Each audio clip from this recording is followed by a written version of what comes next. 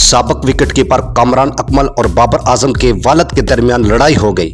لڑائی کس وجہ سے ہوئی، کیا وجہ بنی، جانیے اس ویڈیو میں۔ سب سے پہلے جلدی کے ساتھ Hanzala S T V channel کو سبسکرائب کر لیں تاکہ ہر نئی آنے والی ویڈیو سب سے پہلے آپ تک پہنچ سکے۔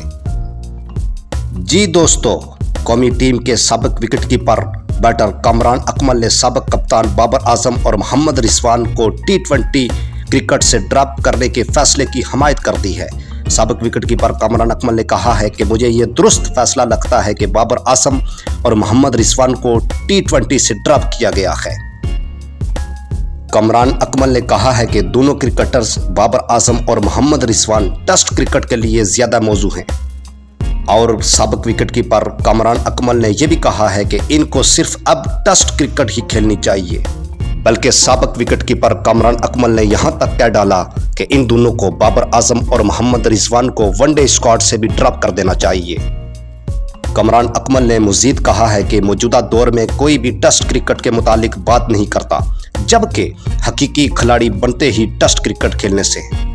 اور کامران اکمل نے کہا کہ آپ صرف خود کو T20 تک محدود نہیں کر سکتے۔ اس بیان پر بابر اعظم کے والد اعظم صدیقی نے کامران اکمل کو آڑے ہاتھوں لے لیا اور یہ کہہ ڈالا کہ بابر کبھی آپ کی کپتانی میں نہیں کھیلا، لیکن آپ نے تو بابر اعظم کی کپتانی میں کھیلا ہے، اور آپ جس دن 0 پر آؤٹ ہوئے تھے اس دن بابر اعظم نے سنچری سکور کی تھی۔